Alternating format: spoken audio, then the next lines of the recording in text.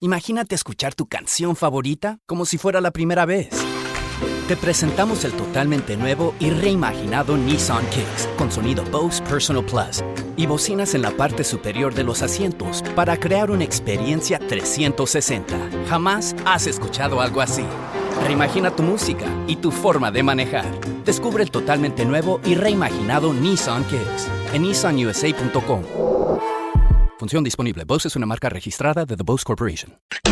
Just in case you missed it, it's the top 5 sports talkers of the day. Now, it's time for Dan Barrero's Top 5 at 5. It is indeed that time again. Kind of a shortened version because once Mace gets cranked up, there's really no stopping him. We've learned that over the years for sure. But a good tease, number 18 with Atlanta, number 8 with us, Kirk Cousins, speaks today on the news that broke last night that he is no longer the starting quarterback for the Atlanta Falcons. Yeah, you may have seen that I disappeared from the final segment of Mace in Your Face to the other room because it was just posted within the last hour, his press conference, Kirk Cousins. He didn't duck it. He did not duck it. He could have ducked it. I'll say this. We're going to play a couple of sound bites. I don't know if I'm going to play all of these, but one answer was 9 seconds. One answer was 7 seconds. Ooh. There were multiple answers that were like 3 to 5 seconds. Ugh. But he did cut open a vein, at least, on how he got the news. All right, yeah, so Coach let me know yesterday that we're going to make a change at quarterback. It's pro football, and, there's a standard that I have for myself, that the team has for me, that unfortunately, I wasn't playing up to that standard consistently enough. And so, it is what it is, and, you roll with it, and now, you still get ready, one play away kind of a thing, and support Mike, and just try to help our team, be able to find a way to win these last 3 to get in the playoffs, and that's what it's all about. So, that's my focus. So think about it. It's gone from it's not about the dollars, it's what about the dollars represent to one play away. That's where it's come for. That's what he's left with at this point. For Kirk O'Chains. Kirk, are you disappointed? It's disappointing. It's disappointing, but it's pro football, and there's no entitlement, and so you got to go out and earn it every single day. And I think I've said that really since I got here. You got to go out and earn it every single day, and if you don't, then there's always going to be, you're always going to be competing, and changes can happen. Kirk, are you worried about your future? I didn't forget how to play quarterback.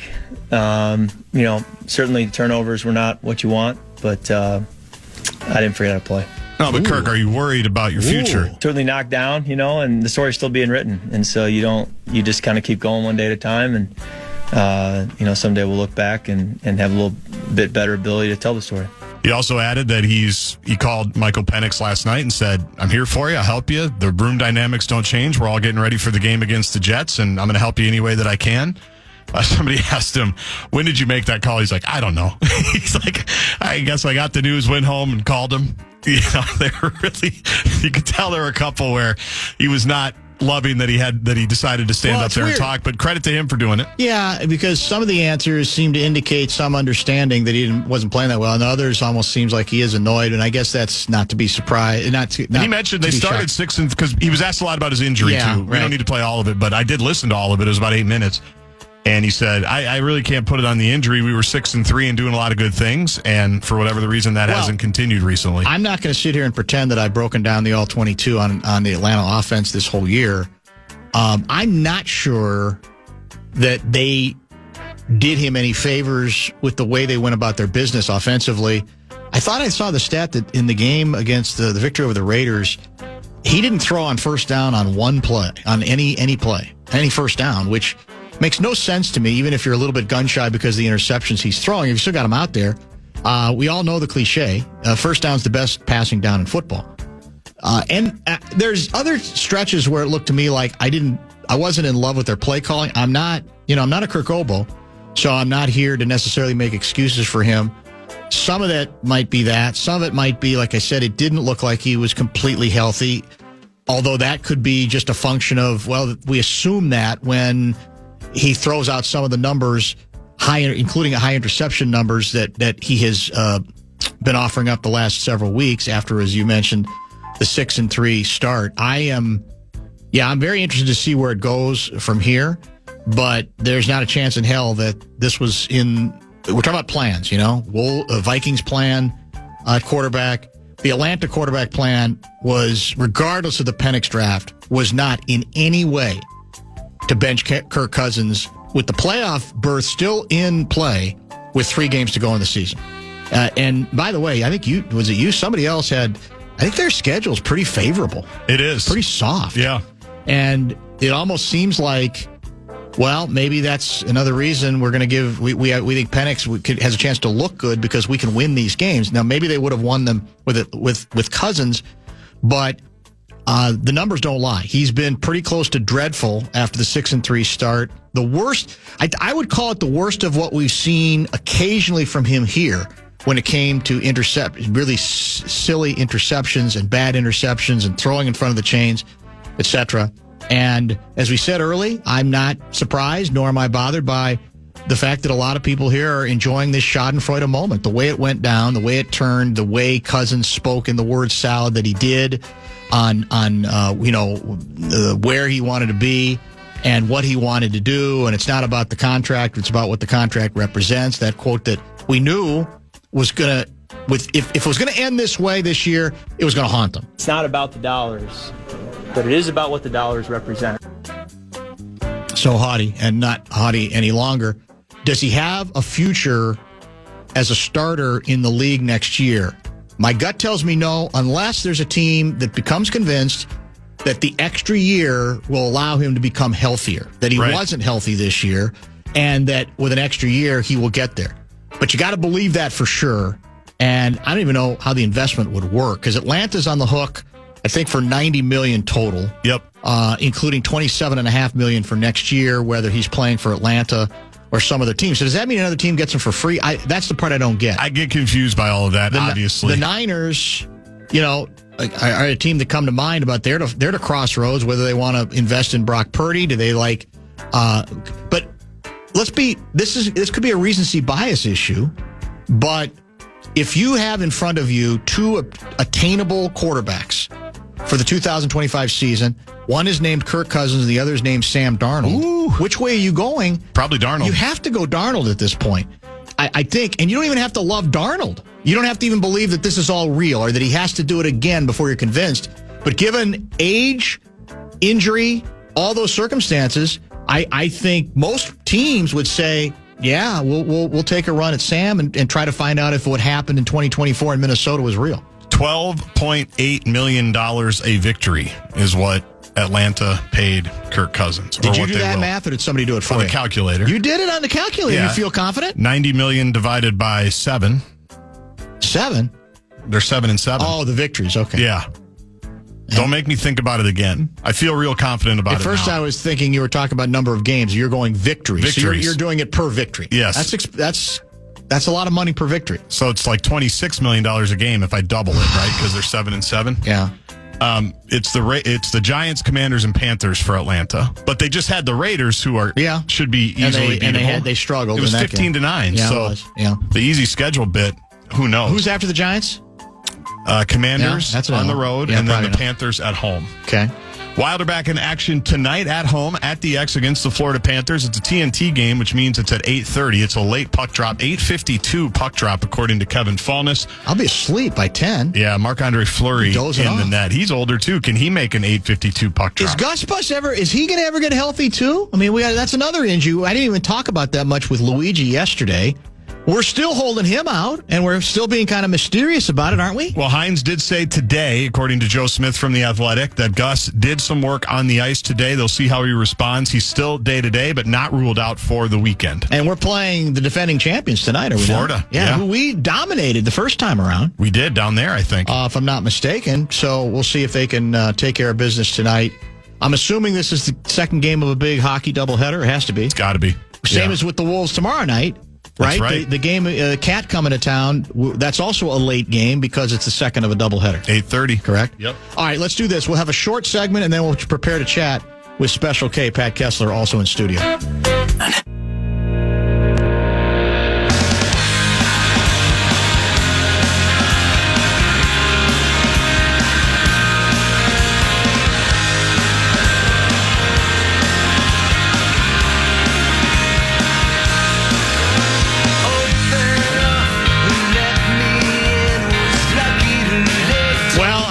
hesitate to do this because I was concerned that perhaps you had failed on the math again, but I didn't want to be that frontal because I'm not that much better.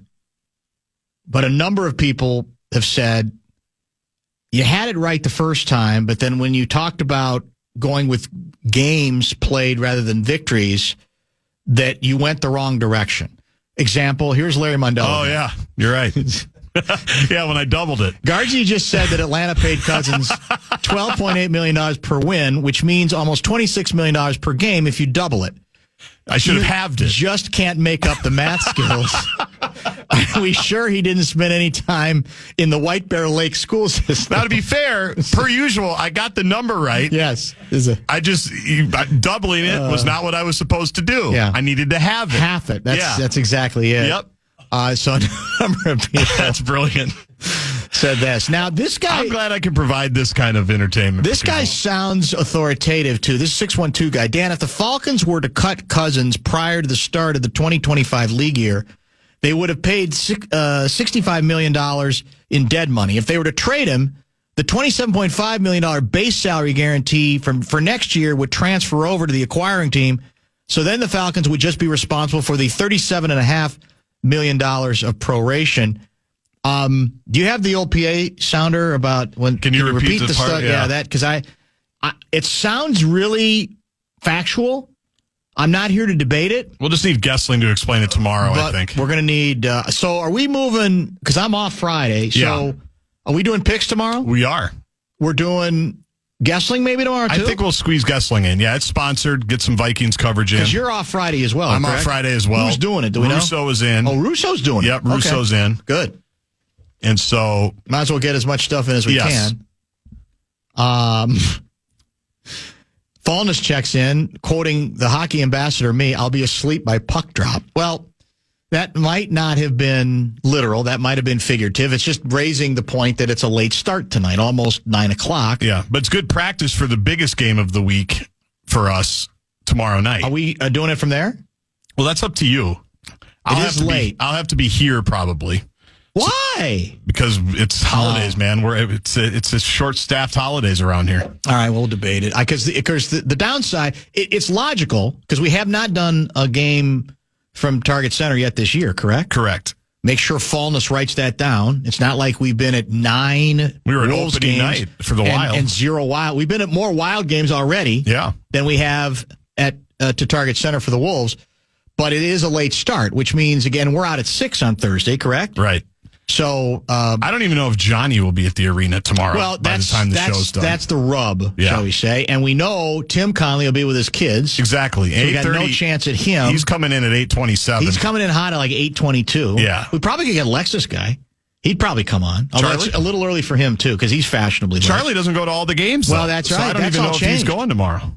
Well, I know Rosen's sitting with him or with someone else because Rosen already apparently all but begged to sit courtside with him, and I think the call came in already. Did it really? Yeah. That's disappointing. No. Well, are you surprised? That Rosen would publicly lobby for it? No. It's not any big surprise for any of us. Rosen's not going to be in the league for that, though. I really did try to get Mace to talk about some of the college football playoff matchups this weekend. I didn't get very far. We might need a new college football correspondent. It may come to that. Mace has his place. He's in your face. He admitted to us he barely watches any games anymore. I mean, if you listen, you could pick that up during the season. Perhaps. And people wonder why I end up talking about his love life. He's more expert at that at this point, for sure. It's at least, he's more dialed in. Exactly. I don't know if expert's the word. Well, that might be the wrong term. If Indiana does pull off the upset, their reward is to play Georgia in Athens, Georgia, correct? I think that's the matchup. If they beat... Yes. Isn't Georgia the 2 seed? They are the 2. I'm going to pull up the bracket just to be sure. That's a little daunting in of itself. But I guess if you're Indiana, you obviously you can't think that way. And for Indiana, it would be a resounding victory if you can get out of the first round of the tournament, especially with the kind of abuse they've taken for even getting into the field at all, right? Yeah, well, and beating Notre Dame. Yeah, which I was thinking about this the other day. Notre Dame, obviously, the Big Ten's been trying to get Notre Dame for decades, right, to get them to join the conference. Yes. And Notre Dame as an independent has always had a thing with Michigan. Now they have a thing with, Big Ten partner USC. Right. But they would play Purdue quite a bit. They would play Michigan State quite a bit. I don't remember them ever really having Indiana as a team that they would pop in and play. And a lot of it, I think, is because of the lack of tradition. Purdue, back in the 60s, 70s, had a good run. Great tradition, yeah. And obviously with Drew Brees, they had the Rose Bowl and everything that came with it. This is awesome on a local level, I think, for your school and a national level. Both, you're right. To be able to go up to South Bend and possibly knock off the Fighting Irish, that's pretty damn cool. I think it's winnable. Notre Dame is good. I don't think they're great. I mean, when you're talking about what's the Notre Dame what's the Hoosier seed? Do we remember? They are a 10. 10, and Notre Dame's a 7, right? Yep.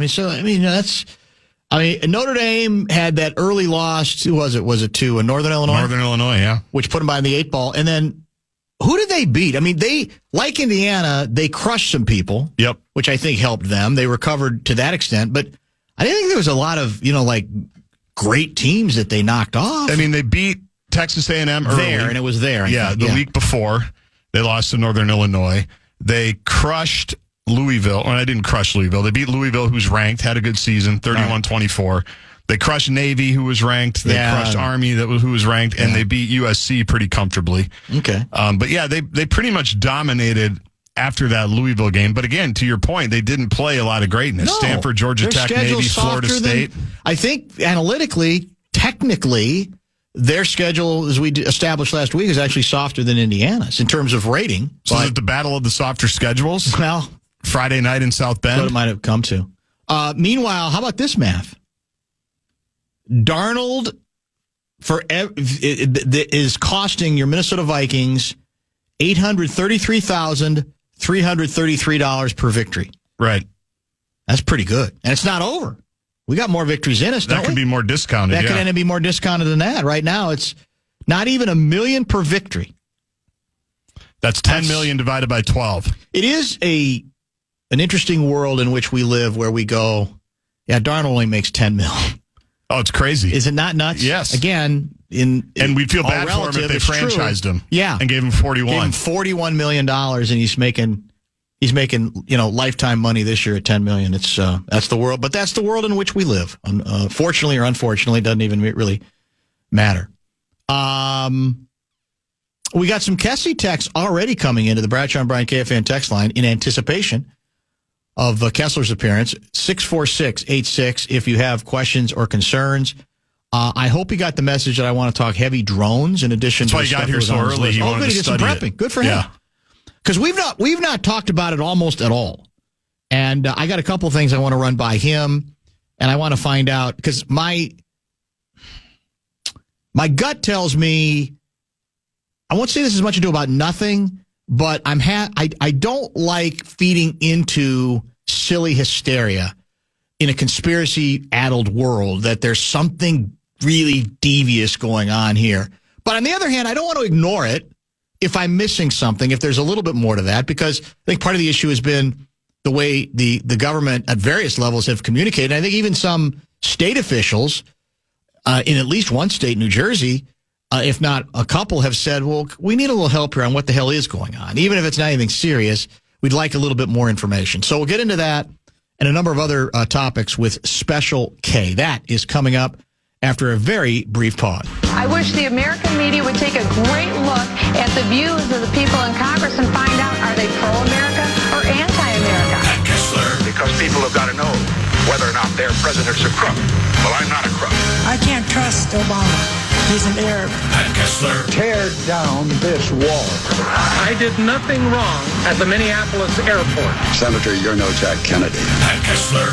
And now, to help Dan break down all the tough questions in politics, it's our own Pat Kessler Political Walk. I feel like a supermodel, except like times 10.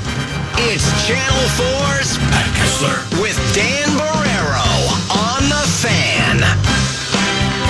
Yeah, it is that time again, and if you'd like to get in on the fun, hit the Bradshaw and Bryant KFAN text line, which is 64686.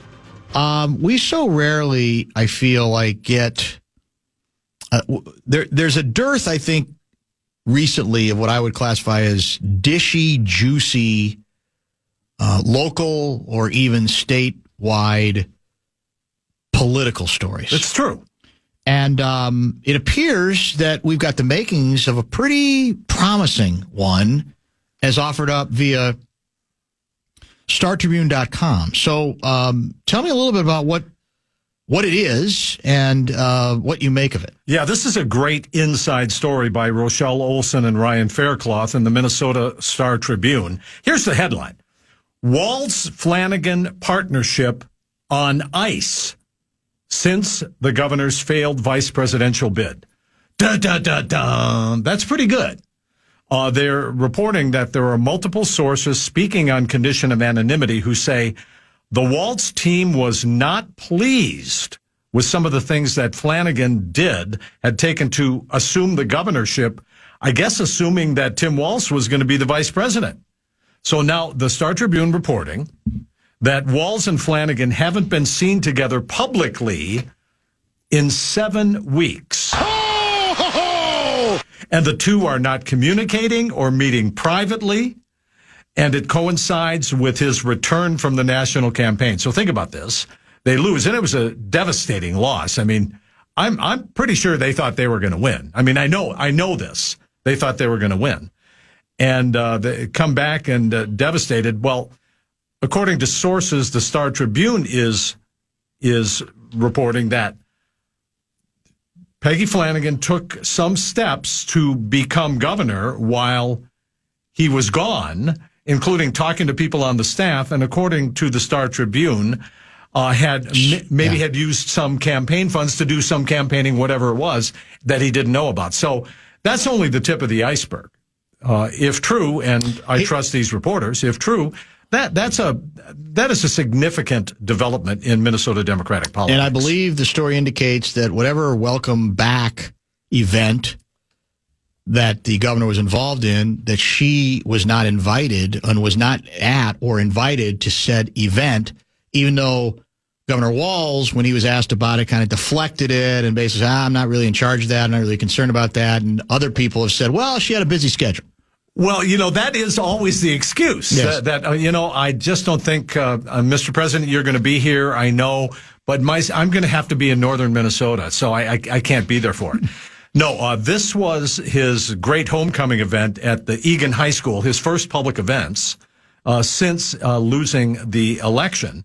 Gave this homecoming speech to staff, a lot of campaign volunteers, commissioners, invited guests. A place where she should have been. Peggy Flanagan should have been at that event. Maybe they didn't want her there. She wasn't invited. Yeah. They did not want her there, is the clear implication. In his remarks, thanking everybody, he never mentioned Peggy Flanagan. What makes this interesting and even important signal is that they have been joined at the hip for the last 6 years. Didn't they ride together a couple of those dangerous rides at the state fair? Oh, no, that was him and his daughter. So, but you think about Peggy Flanagan is more liberal, much more liberal than he is, more progressive. He has turned that way in this term, absolutely signing on to everything.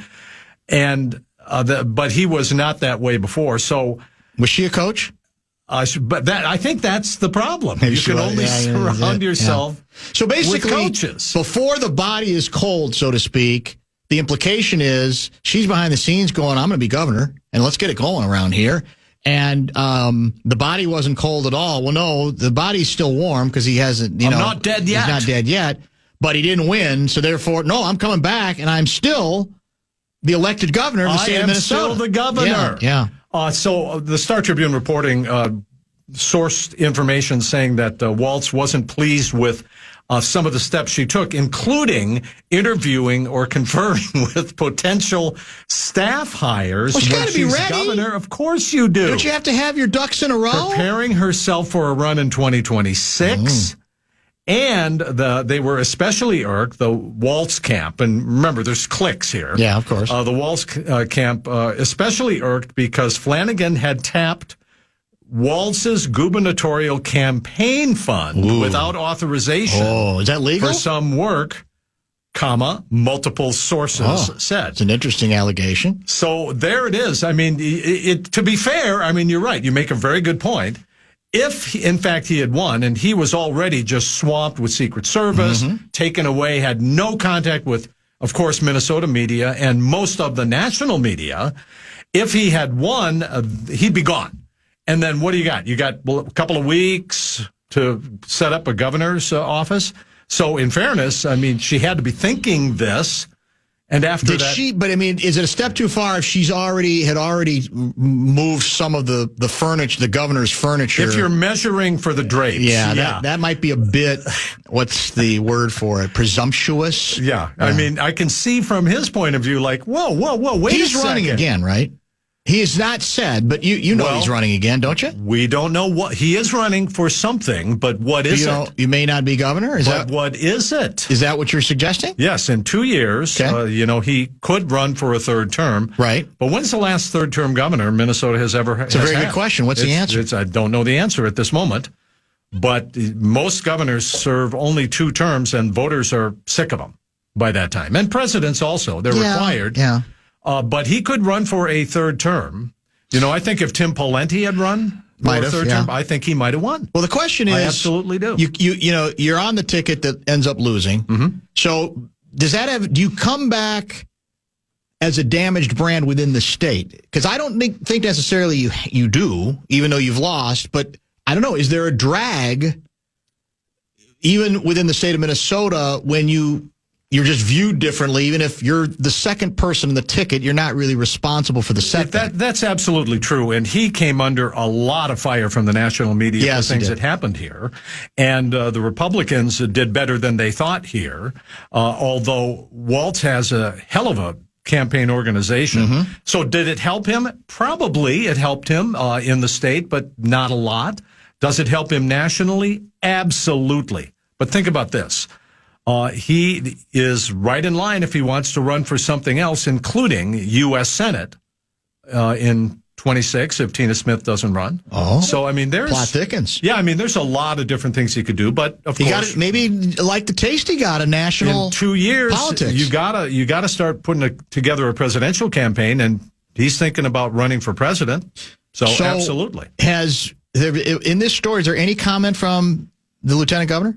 Did not return calls for comment. Oh, no comment. So that's not a no comment. Decline calls to comment. So they had a reception at Thanksgiving in the Capitol building. She was not invited to that. At the pardoning of the turkey. Oh.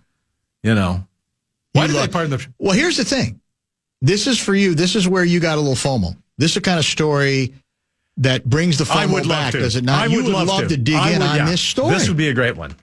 Yeah, this would be good. Well, so nothing's stopping me. No, I was just going to say nothing is stopping me. You've retired and I retired so many times. Well, how many times? Well, what if I go back again? You don't know. It wouldn't shock me if you did. And maybe this is the story. I don't need it. I love my life. Well, you got sources. What do you think? I just saw this for the first time an hour ago, but by the end of the show, Well, you'll have some text by the end of the show because everybody listens to you here. Yeah. So then they see if it gets confirmed, or you think there may be some embellishing going on here. Here it is. I have a feeling, knowing Rochelle Olson and Ryan Faircloth. Not a lot of embellishing going on. No, they usually nail stuff pretty good. Yeah, this is nailed down tight. So Rochelle brought down Hank, didn't she? Well, it's funny you bring that up because among others, wasn't this? I think didn't Minnesota just send the anniversary of the story where there was a big change in terms of what members of the commission, how they could use the suites and how they couldn't. In fact, there was a lot of pushback by other commission members saying, come on, man, it's okay for us to have some access to this thing. This was like, I don't know what year it was, but I think the anniversary just passed. And thank you, Dan, Minnesota. I mean, top of all this. I didn't realize that I would have celebrated that anniversary. But I mean, if I join something like that, if I'm on the Met Council, if I'm on the Metropolitan Airports Commission, don't I want a taste of something? But you got to get a little something out of it. They just wanted to have hot dogs Thanksgiving weekend in the Norseman suite. That's all. You guys wouldn't let them do it. And I remember that. I remember they're going to have people over. And they paid for the hot dogs. And a lot of the state legislators were doing the same thing. They were showing up. They were right there. The odd part is now you're constantly in those very same suites. in a very different role than you once were. Isn't that funny? And it's just ironic. I'm working. Yeah, of course you are. And poor Hank couldn't even get a dome dog. Yeah. 2016, Rochelle Olsen. No suites for friends or family. Yeah, but if you read the story, it confused me a little bit because the story indicated that it was Michelle who was the leader saying we got to back off on this, even though, wasn't it Hank who was getting a lot of the opportunity to take full advantage of it? I'm all confused. But yeah, I mean, that's part of it. But I mean, it was all considered, quote unquote, normal back then. I mean, it's just part of the deal. Because you don't earn a lot of money to be on the sports, the stadium commission, all of that kind of thing. It's more an honorific than it's not financially lucrative, believe me. Yeah. Or else I'd be on it by now. Of course. And we have a great stadium, by the way. God, here we go. The Wolves have kept their promises. What did Lester? Was Lester quoted in that story, by the way? I'm only reading the first. It's before the jump. Yeah. Before the jump. Yeah, Kel Helgen and Ted Mondale controlled the suites. Yeah, your guy Ted Mondale. Yeah, that's right. Yeah, that's right. Well, my recollection, too, what was the other? What a furor that caused. It did, yeah. The legislature pretty much shut down so they could deal with that. Yeah. And so now they don't have any of those. Yeah. Does the commission even exist? Supposedly, it's in the Sports Authority. Sports Authority. It's a different. That's right. It's a new name. It's a whole different. Well, because it's constituted a different way. I assume you got aroused during the TV broadcast again because honestly, who was it? It was Aikman and Buck. Yeah. Just raving again about, I can't believe it's been around here 10 years. This place is unbelievable. It really is. I mean, it's solid. Well, yeah, okay. How many others have you been to? I mean, I've been traveling to a bunch. Well, the newer ones I haven't been. I used to be to all of them, but I haven't been to those. The one I really do want to see is in Las Vegas. Yeah. Well, I've been to LA. Oh, you did the LA one. And that was great. And were you wowed by it or not so much? I like the big scoreboard and I like the interconnectivity of it online, but it wasn't as nice as ours. It's very green. Well, here's the deal. You can't have any team logos and stuff hanging on the walls. The team share it. That's pure. Well, why don't we just do Wrigley Field? Yeah. Why not? What would be the other acclaimed ones at this point? L.A. Yeah, LA, it's fine. I was at the Phoenix, and when it came out, I thought it was beautiful. People don't seem... It's just big. It's huge. But it doesn't seem to have much, the biggest of all, quote-unquote, character. Thinking of the new ones, like Atlanta has a newer one. Yeah. I would like to see that. I was at the Cardinal Stadium at the Super Bowl a couple of years ago. No big deal. Didn't do much for it. Yeah, I think that's pretty generic. Yeah, no big deal. Yeah. Did you at least FaceTime Hank and let him know how that was going? Because I'm sure he would have liked to have been there. I saw that was Rihanna at the halftime show. You probably did. But I missed Vanilla Ice on Monday night. Seifert was ecstatic. Was he right down in front? Oh my God, he kept tweeting like he was seeing greatness. It's Vanilla Ice. He was. Come on now. And your guy Joe did the blew the horn. How about it? That's as good as it gets. Is there anything more Minnesota than that? Honestly, the crowd was in a frenzy after he did that. You know how Joe works up a crowd. The team was so inspired. That energy just kept up the whole night. I like the uniforms, but I mean, they looked like they looked a little bit like Star Wars stormtroopers down there from afar. Here's my idea on the uniforms. Maybe this is unrealistic. If you're going to go white out, I think the numbers can't be purple. I want the numbers to be another shade of white. Now, maybe that's impossible. You can't see them from an ID standpoint. Yeah. It's a really I want them to look sleek. And to me, somebody said on the ESPN, I think before the game, looks like Northwestern's in town. It looks like the Northwestern Wildcats.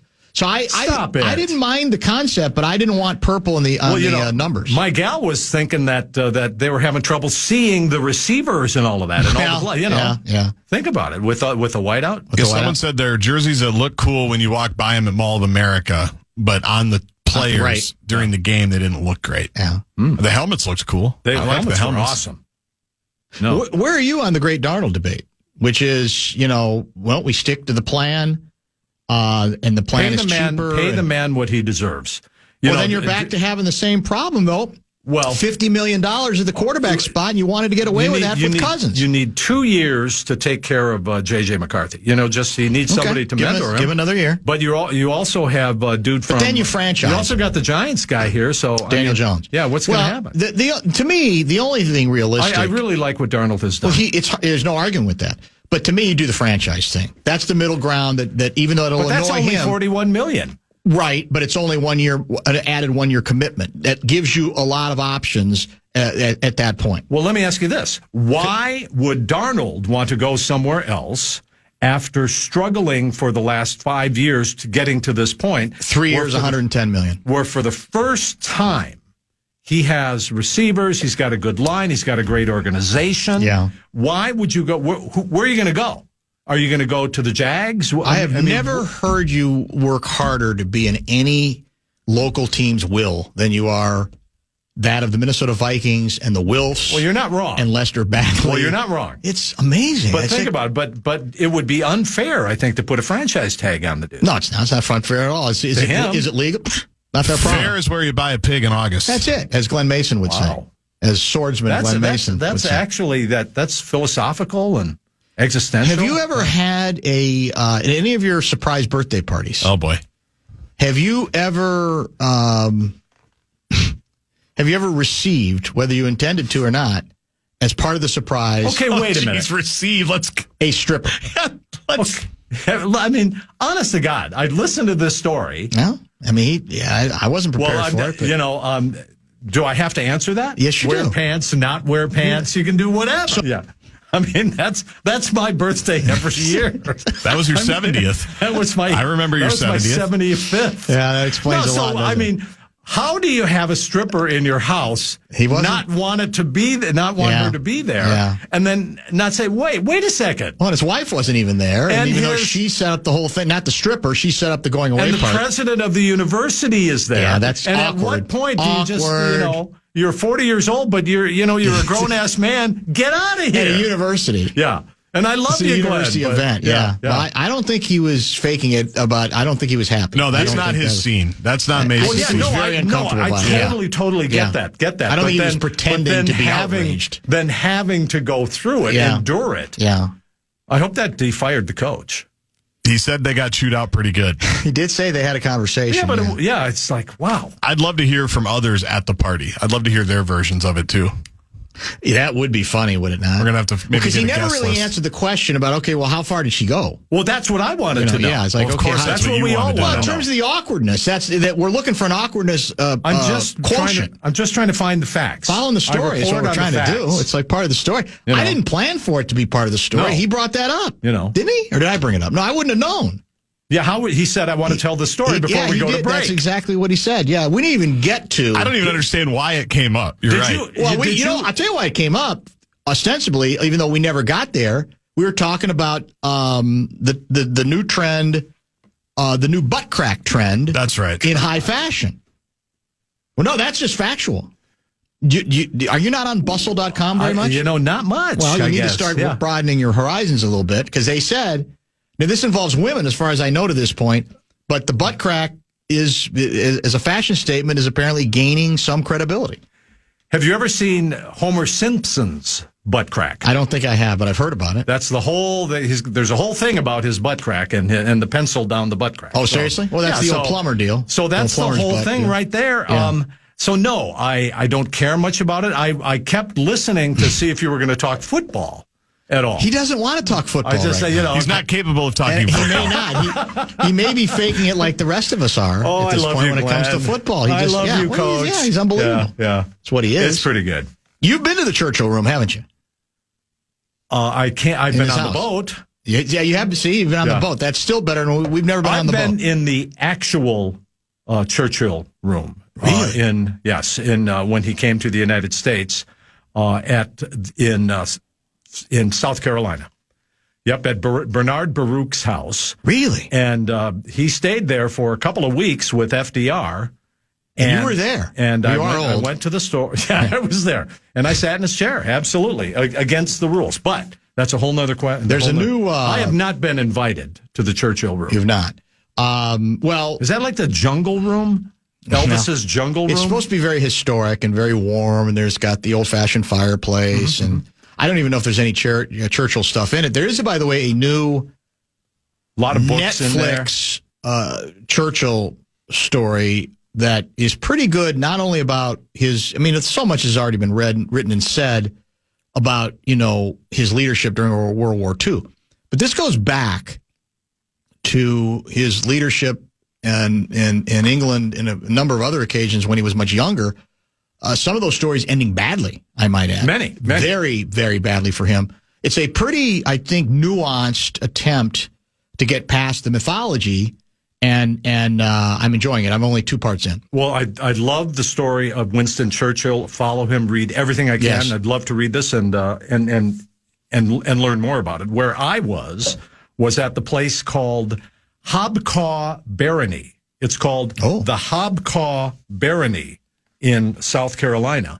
And that's also the name of my garage band, Hobcaw Barony. It's a good name.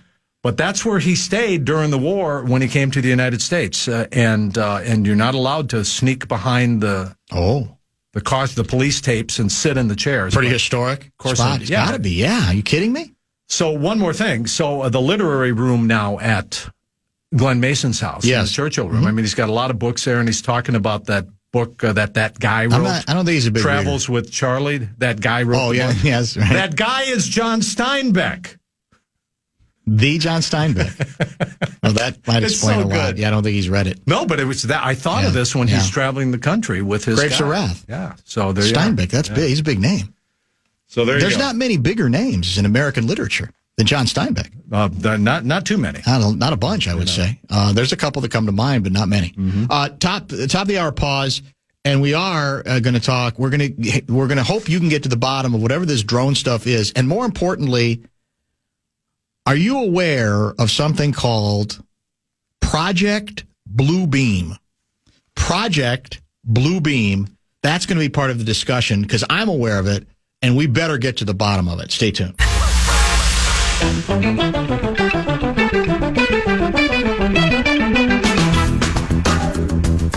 Hey, on Saturday night, 6 o'clock, I'll be at Tom's Watch Bar for a KFAN viewing party, hockey and basketball that night.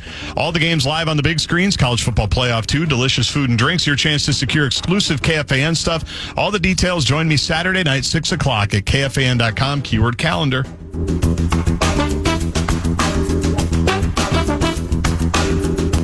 Drone sightings everywhere, especially East Coast. One caused Stewart International Airport in New York's Hudson Valley to shut down its runways for an hour.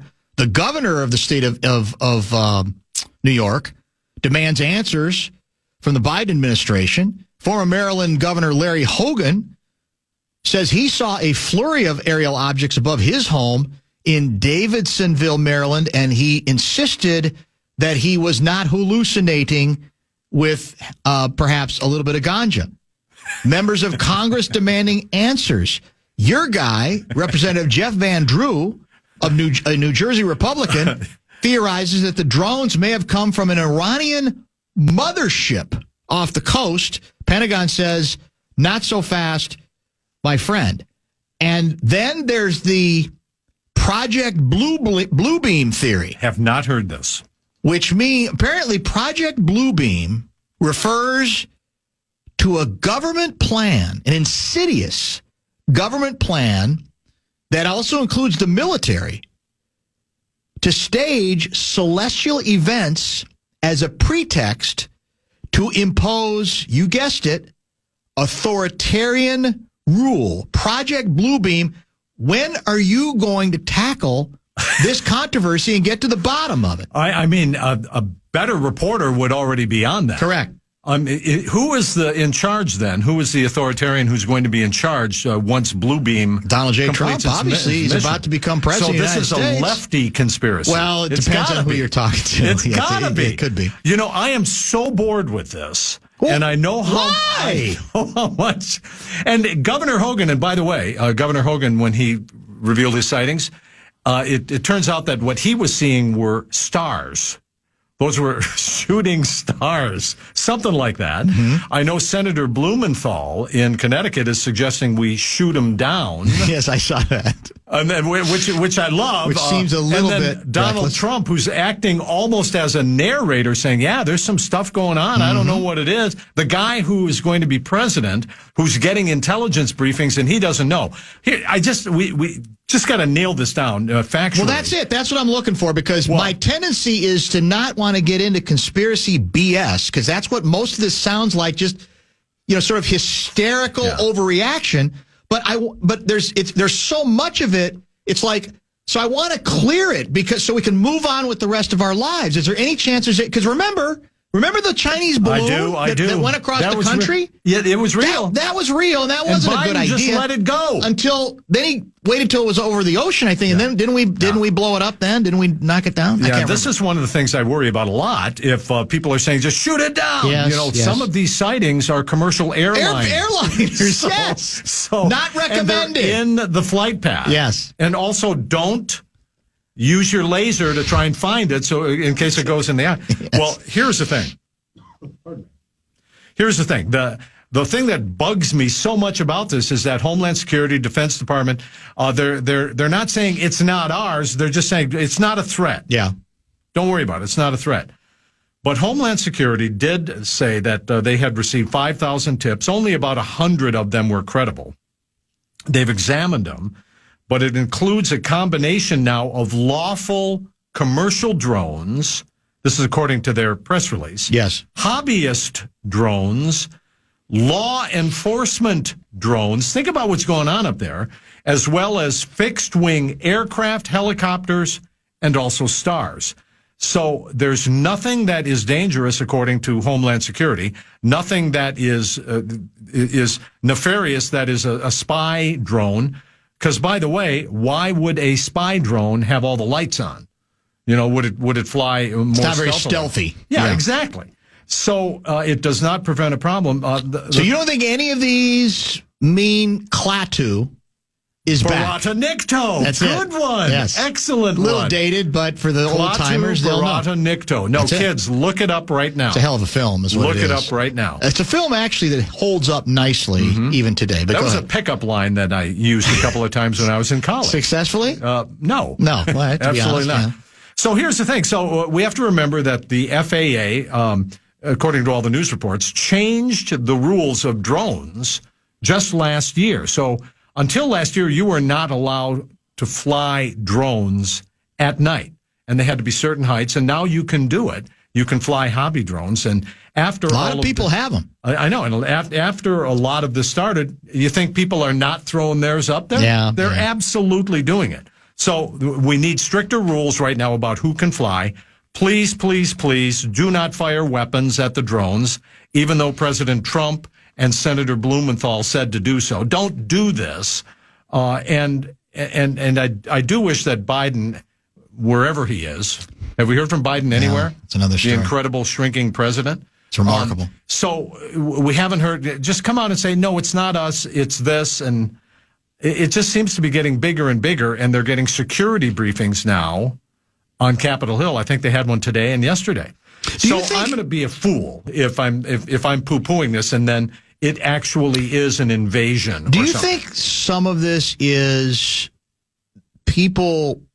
I think to a certain extent, it might even be human to want to think, well, yeah, there's got to be something else out there, and not necessarily that it's got to be ominous, but just that, yeah, they're coming. They're finally visiting us because there's this great big universe out there, and it seems to strain credulity that it's just us by ourselves. I mean, people grow up with these science fiction movies where that's the bit, is they're finally here. Now, a lot of times they are ominous and they want to do bad, but Close Encounters of the Third Kind was not. They were friendly. They were going to be friendly. Awesome. That people want to think that, yeah, this is kind of exciting.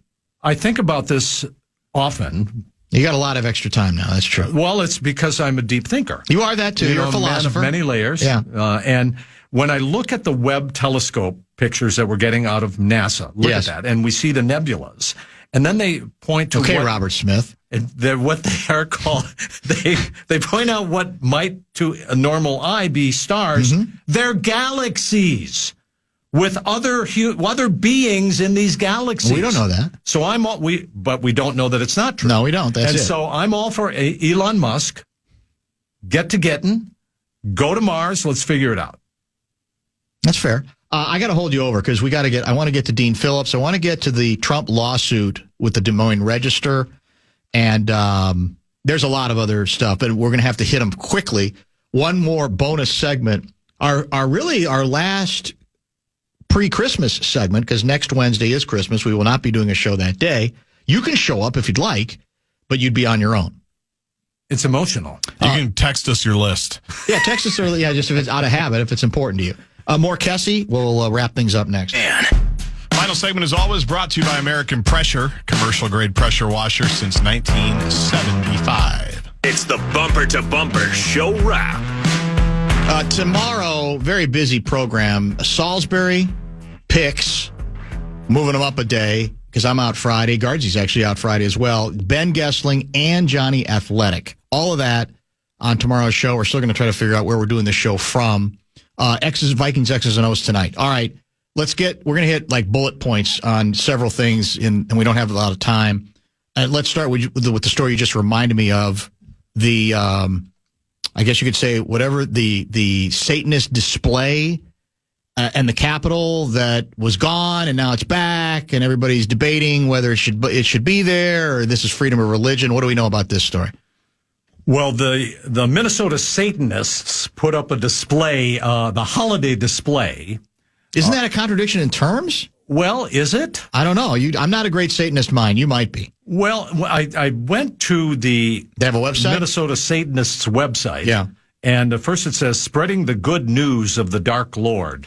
Well, speaking of contradictions, we're getting trolled here. You think we are? This is parody. I mean, they're for real. There's no doubt about it. But as they tell the Star Tribune, they don't really believe in Satan. And so it's a little bit. Well, a little bit it is, but they are atheists and agnostics. Mm-hmm. And I'm just looking here. They had a big, looks like they had a big celebration on December 14th at a local brewer in which you could enjoy satanic holiday food and drink. I wonder what that tastes like. Get spanked by Krampus. Spanked, you say? And meet Lucifer herself. Anyway, so for those who haven't heard... You can meet Lucifer herself? Lucifer herself. But that was last Saturday night. So damn it. You're going to have to wait till next year. Here is the thing. So for those who haven't heard, they put up a display at the state capitol. Yes. First Amendment stuff. You can do this. Freedom of religion. Whatever you want to do. It's not in the main area where the Christian Christmas tree is, but it's there. Right. And it's causing a lot of outrage. And people are saying, come on. Governor Walz, shut it down. And somehow somebody knocked it over. We're going to find out who that is. We got tapes, don't we? We got cameras. And this has happened in Iowa. It happened in Illinois. It's a way to, poke the eye of people who are... You're better off, I go into the, you're getting it more attention, you're better off just letting it go. Although I saw the governor mentioned, look, I don't agree with what they stand for, but I'm not going to get in the way of, so you have to actually say, I just don't agree with what Satan represents. Maybe that's one of the points of disagreement between him and Lieutenant Governor. Wow. Just to say, I don't know. I mean, I'm just wondering. All right. Next. So let's get to Dean Phillips. He delivers his farewell address. Departs Congress. Did anybody pay attention? I think they do. I mean, this to me is an important Minnesota political story. This is a guy who was crying in the wilderness for many, many months, one of the only people who came out ahead of everybody else and said, guys, I've been with Joe Biden. This isn't working. And all of the Democrats, including Governor Walz, including a lot of people, came out and said, no, he's sharp as a tack. He can handle everything. Turns out he wasn't. He is a pariah in the Democratic Party. He was forced out. He didn't run for re-election. And so now he's leaving Congress and gave a pretty rough speech accusing Democrats and Republicans of legal corruption with their fundraising. Said he's leaving with a healthy dose of a deep gratitude and a little attitude. But then here's what he said. Farewell, ... for now. Oh. Now, what is that? That's dramatic. Is that our dramatic sound? It was there, so I just said it. That's Law and Order dramatic, right? Yeah, it was there. Close. That was pretty good.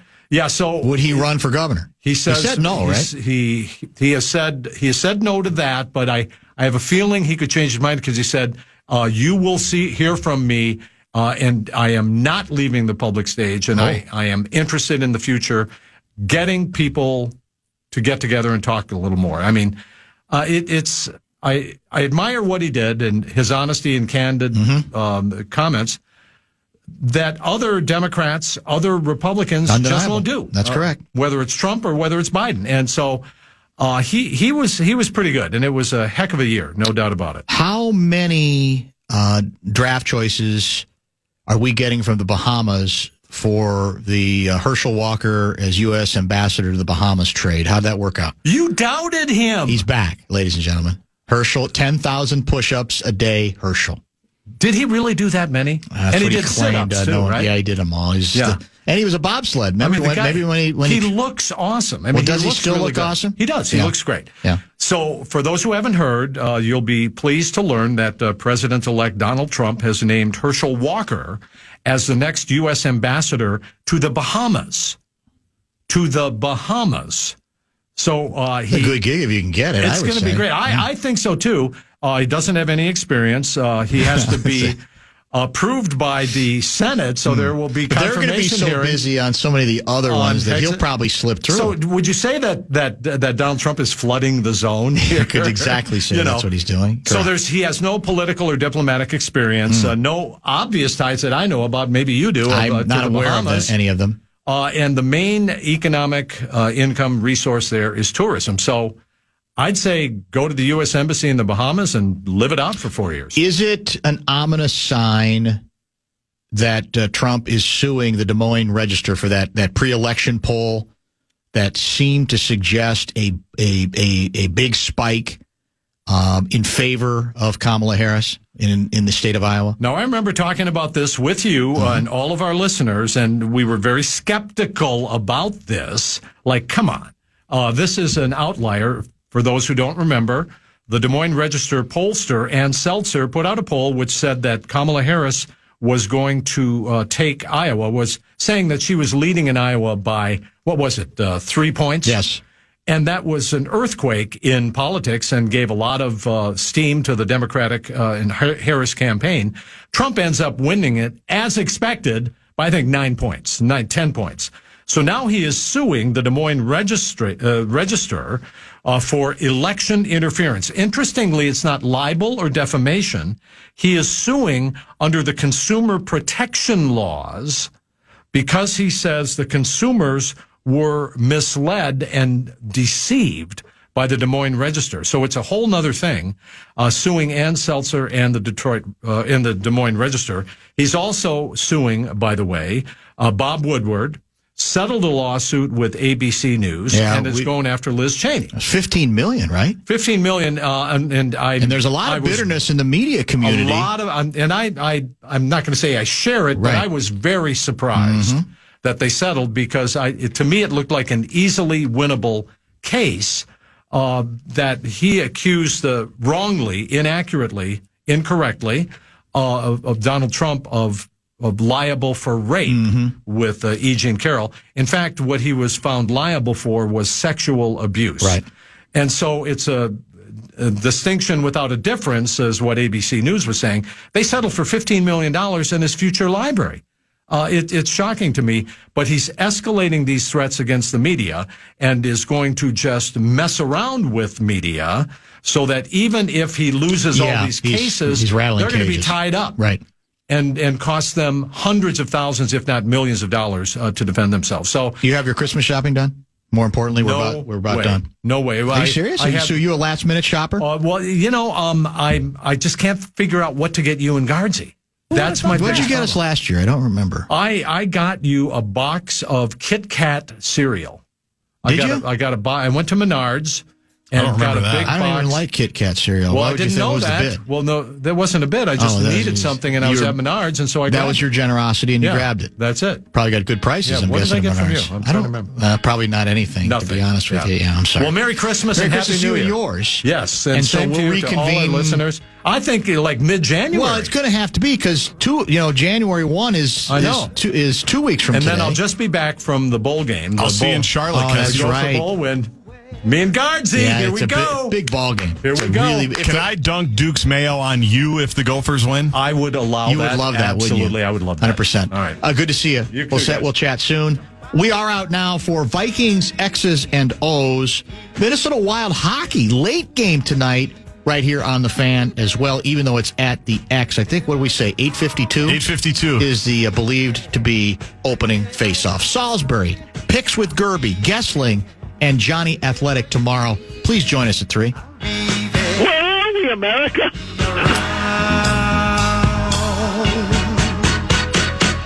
You wake up, put on your Ray-Ban Meta glasses. You're living all in. You realize you need coffee. So you say, "Hey, Meta, how do I make a latte?" Brew 2 shots of espresso. After Meta AI gets you caffeinated, you're ready for some beats. "Hey, Meta, play hip-hop music." You head to meet some friends, but can't remember the place. "Hey, Meta, call Eva." Ray-Ban Meta glasses, the next generation of AI glasses. Just say, "Hey, Meta," to harness the power of Meta AI. Shop now at meta.com/smartglasses.